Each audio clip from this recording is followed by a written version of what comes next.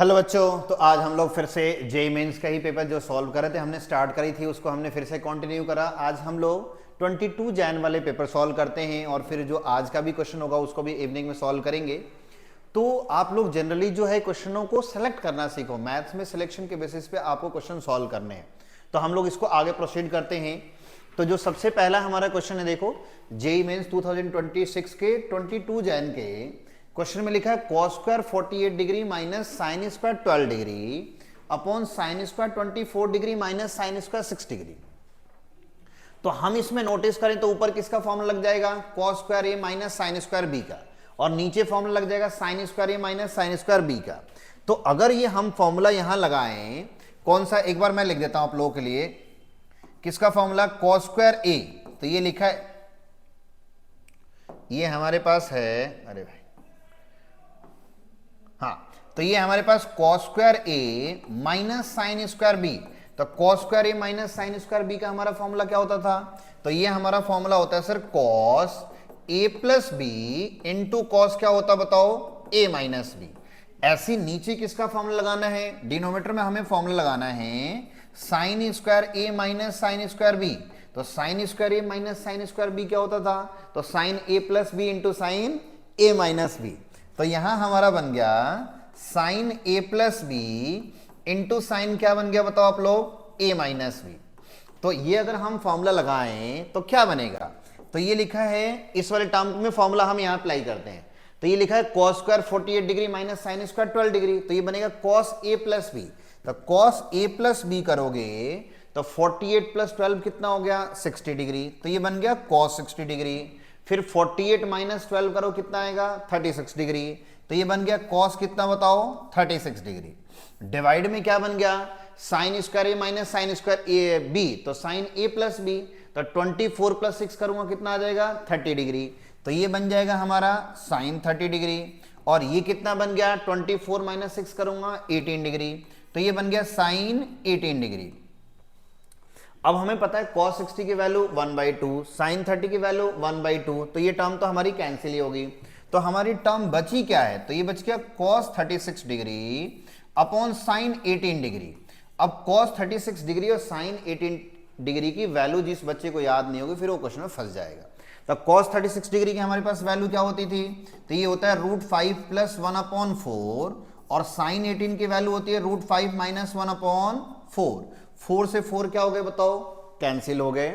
Cancel होने के बाद हमारे पास बच गया √5 प्लस 1/√5 माइनस 1। इतनी बात सब लोगों को क्लियर होगी। बट हमारा जो सॉल्यूशन है उसने बोला कैसे है, alpha plus beta √5 upon gamma है। तो इसका मतलब नीचे रूट नहीं होना चाहिए, और नीचे से रूट हटाना हो तो रेशनलाइज कर दो। तो हम लोग जैसे ही इसको रेशनलाइज करेंगे किससे, √5 प्लस 1/√5 प्लस 1। तो डिनोमिनेटर में हमें दिख रहा है क्या बन जाएगा, ए स्क्वायर माइनस बी स्क्वायर, और न्यूमरेटर में तो ए प्लस बी का होल स्क्वायर ही बन जाएगा। तो ये हमारा बन गया √5 प्लस 1 का होल स्क्वायर, और ये बन गया ए स्क्वायर माइनस बी स्क्वायर। तो √5 का स्क्वायर 5, बी स्क्वायर 1 का स्क्वायर 1, ऊपर ए प्लस बी का होल स्क्वायर लगाओ तो √5 का स्क्वायर 5। तो ए स्क्वायर प्लस 2ab, तो ये क्या बनेगा 2√5 plus B square 1 upon 5 minus 1 4। तो न्यूमरेटर में हो गया 5 प्लस 1 कितना बताओ, 6। तो ये बना 6 प्लस 2√5 अपॉन 4। अब ऊपर से 2 कॉमन ले लेते हैं, 2 कॉमन लेके 4 को कैंसिल कर दो। तो ऐसा करोगे तो क्या बनेगा, ये बना 3 प्लस √5 अपॉन 2। अब इसी फॉर्मेट में तो आंसर गिवन है। तो ये आ गया अल्फा बीटा गामा। अब साथ में बोला है कि जो अल्फा बीटा गामा है ये तीनों के तीनों नंबर कैसे हैं, नेचुरल नंबर हैं, और साथ में ये लोवेस्ट फॉर्म में होना चाहिए। यानी अगर ये फर्दर सिंप्लीफाई हो सकते थे तो करना था। अब आपको पता है ये 2 है 3 है, फर्दर तो सिंप्लीफाई हो नहीं सकते। तो यही हमारा हो गया यहाँ पे। तो पहला क्या है अल्फा, तो अल्फा की वैल्यू क्या मिल गई हमें, 3 मिल गई। बीटा की वैल्यू क्या मिल गई बताओ, 1। गामा की वैल्यू क्या मिल गई, 2। इनको प्लस करना है, यही तो पूछा है, alpha plus beta plus gamma. तो 3 प्लस 1 4, 4 प्लस 2 6 आ गया। तो पहले वाली इसका आंसर कितना बन गया बताओ, ये हमारा इसका आ गया सर 6 आ गया, डी ऑप्शन करेक्ट था। तो इस वाले क्वेश्चन में बस ट्रिकी ये था कि बच्चों को cos 36 डिग्री और sin 18 डिग्री की वैल्यू पता होनी चाहिए थी। अगर जिसको पता नहीं होगा और ये डिराइव करने लग जाएगा तो उसको 10-15 मिनट तो इसको डिराइव करने में ही लग जाएगा। चलो नेक्स्ट क्वेश्चन की तरफ चलते हैं हम लोग। तो नेक्स्ट क्वेश्चन हमारे सामने क्या लिखा है, ये डोमेन वाले क्वेश्चन लिखे हैं। तो इसमें देखोगे तो हमारे पास क्या लिखा है, ये लिखा है sine inverse 5 minus x upon 2x plus 3 plus log 1 upon log base e 10 minus x. तो हमें पता है साइन इनवर्स एक्स का डोमेन क्या होता है बताओ, तो साइन इनवर्स एक्स का डोमेन होता था -1 से 1 होते हैं। लॉग देखना है कि लॉग की दो ही बातें देखते हैं कि लॉग का हमारा बेस क्या है, तो बेस यहां पे क्या लिखा है, ई है। ई क्या होता था, ये हमारे यूलर नंबर होते थे, इसकी वैल्यू कितनी होती थी 2.718 होती थी। तो जो लॉग है उसका बेस 1 से बड़ा है। साथ में लॉग का ये जैसे ये डिवाइड में है, तो डिवाइड में तो इसकी वैल्यू 0 नहीं होनी चाहिए, और लॉग 0 कब होता है 1 पे। तो इसका मतलब ये जो 10 माइनस एक्स है ये कभी 0 नहीं होना चाहिए। तो पहले लॉग वाले को कर लेते हैं। तो देखो लॉग वाले को अगर हम करेंगे तो लॉग का हमारा इनपुट यानी 10 minus x must be greater than 0 होना चाहिए। माइनस से मल्टीप्लाई करो तो ये क्या बनेगा, x माइनस 10 लेस देन 0। हमने पढ़ा ना कि अगर लॉग में इनइक्वालिटी में किसी नेगेटिव नंबर से मल्टीप्लाई करेंगे तो हमारी क्या हो जाएगी बताओ, इनइक्वालिटी के साइन चेंज हो जाते हैं। तो ये हमने चेंज कर दिया है।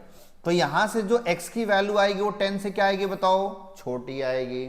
साथ में ये जो हमारा 1 नहीं होना चाहिए, क्योंकि log 1 क्या हो जाता है 0, और log जैसे 0 होगा 1/0 क्या हो जाएगा, नॉट डिफाइंड। हमें पता है डोमेन का मतलब वो सारी पॉसिबल वैल्यू जिसके रखने से फंक्शन क्या हो, डिफाइंड होने चाहिए। तो चलो, तो इसका मतलब ये जो 10 माइनस एक्स है ये नॉट इक्वल टू 1 होना चाहिए। तो 1 को इधर लाओ और x को उधर ले जाओ। तो यहां से x की वैल्यू क्या नहीं हो सकती, 9 नहीं हो सकती। तो सॉल्यूशन में लिखा है कि जो भी आंसर आएगा उसमें डेल्टा को क्या कर रखा है, एक्सेप्ट कर रखा है। इसका मतलब डेल्टा की वैल्यू हमें सीधा सीधा 9 ही दिख रही है। अब हम साइन का डोमेन निकालते हैं। तो साइन इनवर्स का हमें डोमेन पता है, ये होता है -1 से 1। तो ये जो लिखा है ना क्या बताओ कि 5 minus x upon 2x plus 3, ये वैल्यू -1 से 1 के बीच में लाई करनी चाहिए।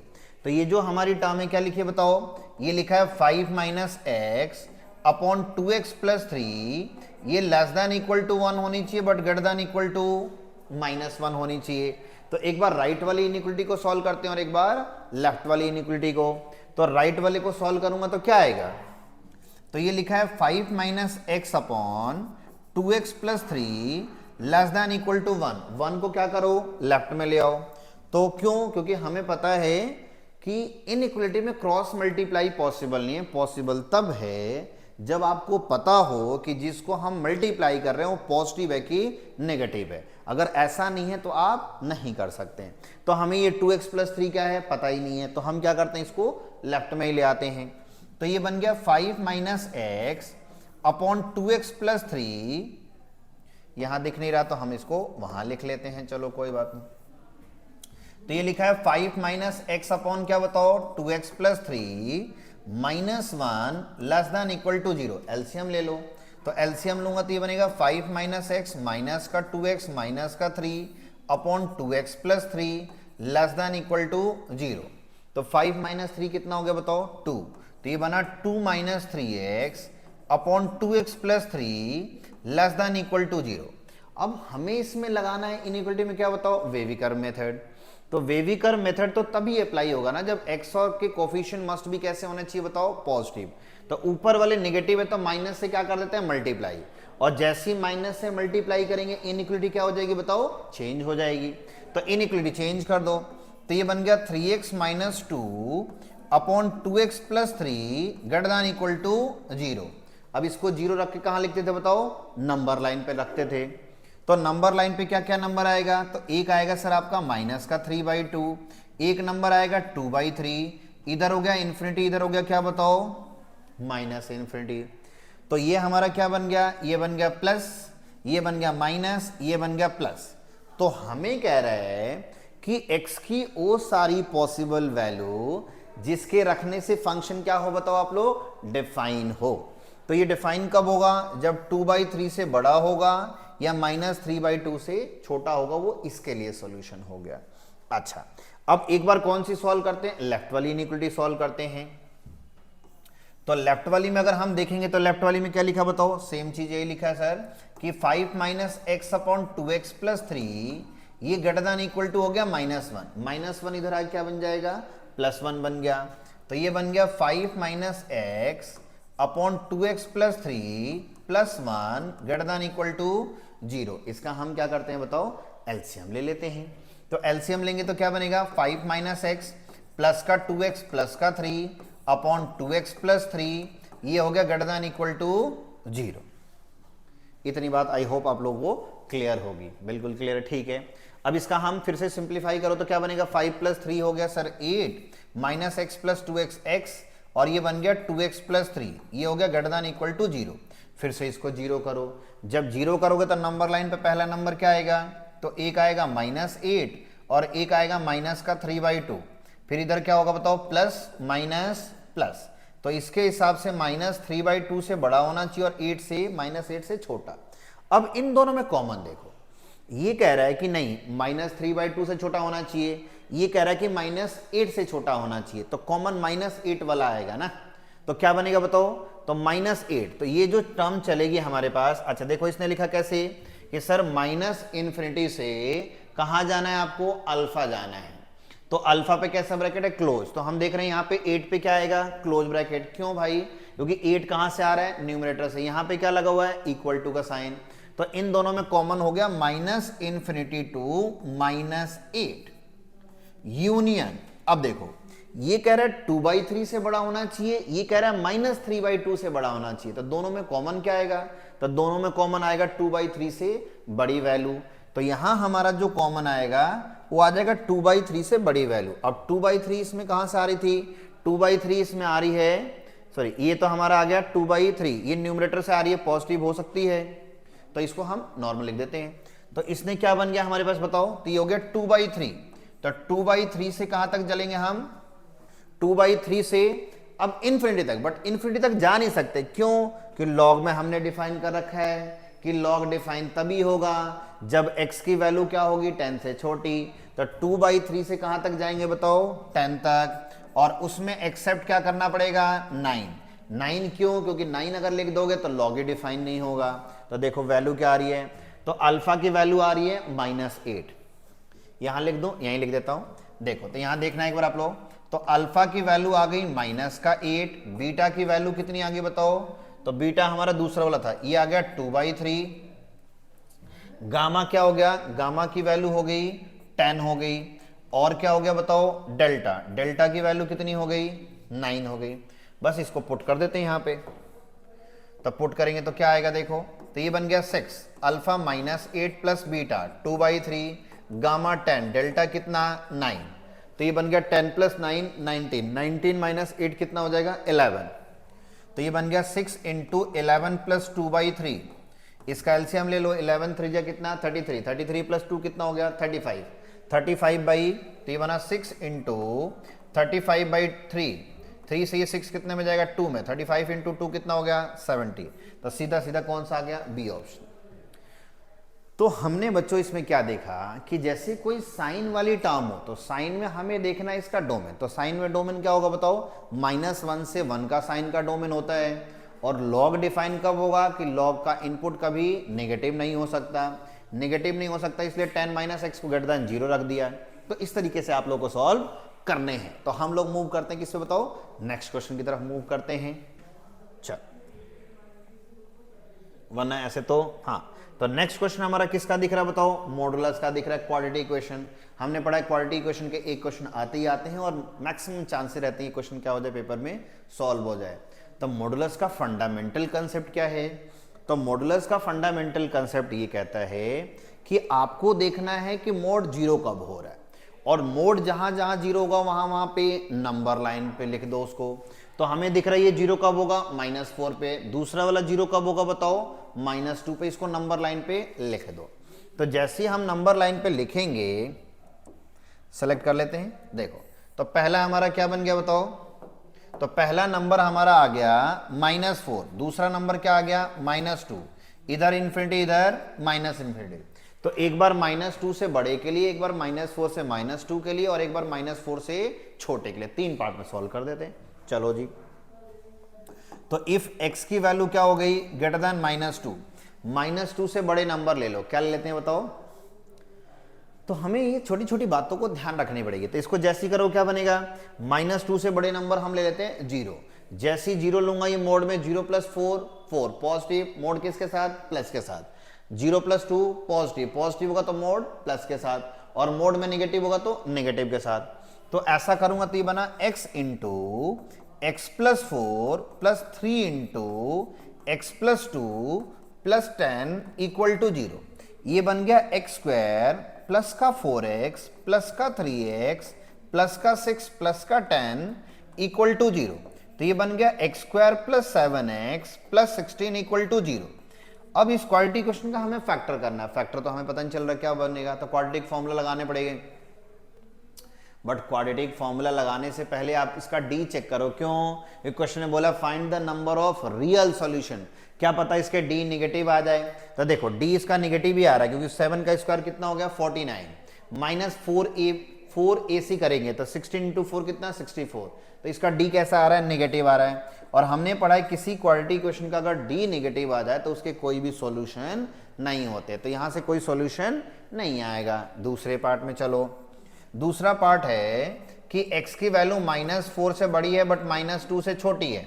तो -4 से -2 के बीच में एक नंबर ले लेते हैं। क्या नंबर ले बताओ, तो -3 ले लेते हैं। -3 रखूंगा तो पहले वाला प्लस हो रहा है, क्योंकि -3 + 4 प्लस हो गया। दूसरा वाला -3 + 2 कैसा हो गया, -1, और मोड में माइनस होगा तो माइनस के साथ। तो ये बना x × x + 4, माइनस का क्या बन गया बताओ, माइनस का हमारा बन गया 3 इंटू बन गया x + 2 प्लस का 10 = 0। तो इसको सॉल्व करो, ये बन गया सर x² + 4x माइनस का 3x माइनस का 6 प्लस का 10 = 0। तो ये बन गया x² + x + 4 = 0। अब इसके भी डी निकाल रहे हैं, क्या आ रहा है, <0। तो यहां से भी क्या आ गया, नो सॉल्यूशन। यानी नो सॉल्यूशन इसलिए आ रहे हैं कि उसने बोला find the number of real solution. तो रियल सॉल्यूशन तो तभी बनेगा ना जब किसी क्वाड्रेटिक इक्वेशन का डी गया तो = 0 हो या ग्रेटर देन 0, लेस देन में तो कोई रियल सॉल्यूशन आते नहीं। वो सॉल्यूशन कैसे आ जाते हैं, इमेजिनरी सॉल्यूशन। तो अब हम कौन से पार्ट को सॉल्व करते बताओ, तीसरा केस जब -4 से छोटा हो, तो उसको भी एक बार डिस्कस करते हैं। तो हमने मान लिया इफ x की वैल्यू लेस देन -4 हो, -4 से छोटे नंबर क्या मान लेते हैं बताओ, -6 मान लेते हैं। आप लोग धीरे धीरे ध्यान देना इसमें। तो -4 से हमने छोटा नंबर क्या ले लिया बताओ, -6 ले लिया। -6 लूंगा तो पहले वाला भी नेगेटिव हो रहा है, दूसरे भी नेगेटिव। इसका मतलब दोनों के दोनों मोड कैसे ऊपर हो जाएंगे, नेगेटिव के साथ हो जाएंगे। नेगेटिव के साथ होंगे तो क्या बनेगा, ये बनेगा -x × x + 4 माइनस का क्या बना बताओ 3 × x + 2 प्लस का 10 = 0। मल्टीप्लाई करते हैं, माइनस का x² माइनस का 4x माइनस का 3x माइनस का 6 प्लस 10 = 0। ये बन गया माइनस का x² माइनस का 7x प्लस का 4 = 0। अब हम लोग पढ़ते हैं किसी क्वाड्रेटिक इक्वेशन के x² कोफिशिएंट कैसा होना चाहिए बताओ, पॉजिटिव होना चाहिए। तो पॉजिटिव करने के लिए माइनस से मल्टीप्लाई कर दो या माइनस कॉमन ले लो। तो ये बन जाएगा x² + 7x - 4 = 0। अब वैसे इसका डी निकालूंगा तो पॉजिटिव आ रहा, तो फिर इसके सॉल्यूशन आएंगे। अब सॉल्यूशन कई बार बच्चे क्या करते हैं, जैसे दिख रहा है कि डी ग्रेटर देन 0 है, डी ग्रेटर देन 0 है तो 2 सॉल्यूशन है, फटाफट 2 आंसर लगा के आते हैं। तो भाई हमें ये भी तो चेक करना है कि जो सॉल्यूशन आ रहा है वो -4 से छोटा है भी कि नहीं है। अगर होगा तो एक्सेप्ट होगा, नहीं तो नहीं होगा। तो चलो देखते हैं एक बार। तो इसका x = निकालते हैं क्वाड्रेटिक फॉर्मूला से। तो -7 प्लस माइनस रूट कितना हो जाएगा 49 + 16, ये बन जाएगा √65 अपॉन 2a, 2a की वैल्यू 2। तो एक हमारा सॉल्यूशन आएगा यहां से -7 - √65 अपॉन 2, और एक बनेगा -7 + √65 अपॉन 2। ये वाला हो नहीं सकता क्योंकि ये -4 से छोटा नहीं है। तो -4 से छोटा एक ही सॉल्यूशन आ रहा है, कैसे, तो √65 अप्रॉक्स 8 आएगा। तो -8 - 7 -15 अपॉन 2 करूंगा -7.5, तो हमारा ये सॉल्यूशन हो जाएगा। तो इसमें नंबर ऑफ रियल सॉल्यूशन कितने आ गए, 1। अगर इसमें इमेजनरी पूछ लेता तो फिर आपको यहां भी सॉल्व करना, यहां भी सॉल्व करना पड़ता, और फिर उसमें नंबर लाइन पे हम मार्क कैसे करते, इसलिए उन्होंने सीधा सीधा नंबर ऑफ क्या पूछ लिया आप लोगों से, रियल सॉल्यूशन। तो आप लोग इसको देखो, आज इतना ही होल्ड करते हैं, धीरे धीरे आज के भी जो पेपर हो रहा है बच्चे बता रहे हैं उनको भी क्वेश्चन को हम लोग सॉल्व करेंगे फटाफट से, हर रोज के पेपर सॉल्व कर दूंगा, आप लोग करते रहो। चलो जी आज के लिए।